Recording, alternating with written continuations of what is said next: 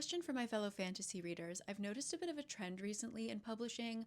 I'm not sure how I feel about it. I would love to hear your thoughts. I was reading Forging Silver into Stars by Bridget Kemmerer, which I've read quite a few of her books, A Curse So Dark and Lonely series, the Defy the Night series, etc.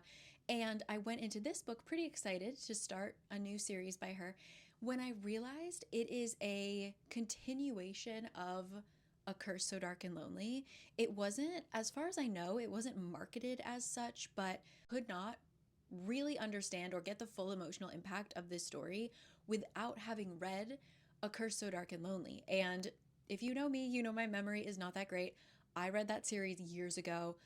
I could feel myself not getting the full experience, right? Because I didn't remember A Curse So Dark and Lonely. Then I recently saw that Rebecca Ross is coming out with a new book. I was very excited for that, but it's going to be set in the same world as Divine Rivals.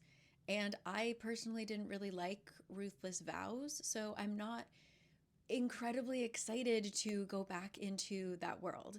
I think the only book that was a continuation of a series that I love is Air by Sabaa Tahir. I think that that's also just because I love Ember in the Ashes, but I've noticed that with quite a few authors recently that they are returning, just consistently returning to the world of their best-selling series.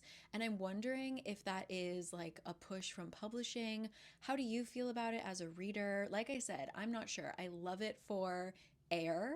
I didn't like it for Forging Silver into Stars. Or that one's more of a midline because that was my fault for like having zero memory. But I'm less excited for Rebecca Ross's new book. So yeah, have you noticed it? Are there more examples of this? Publishing talk?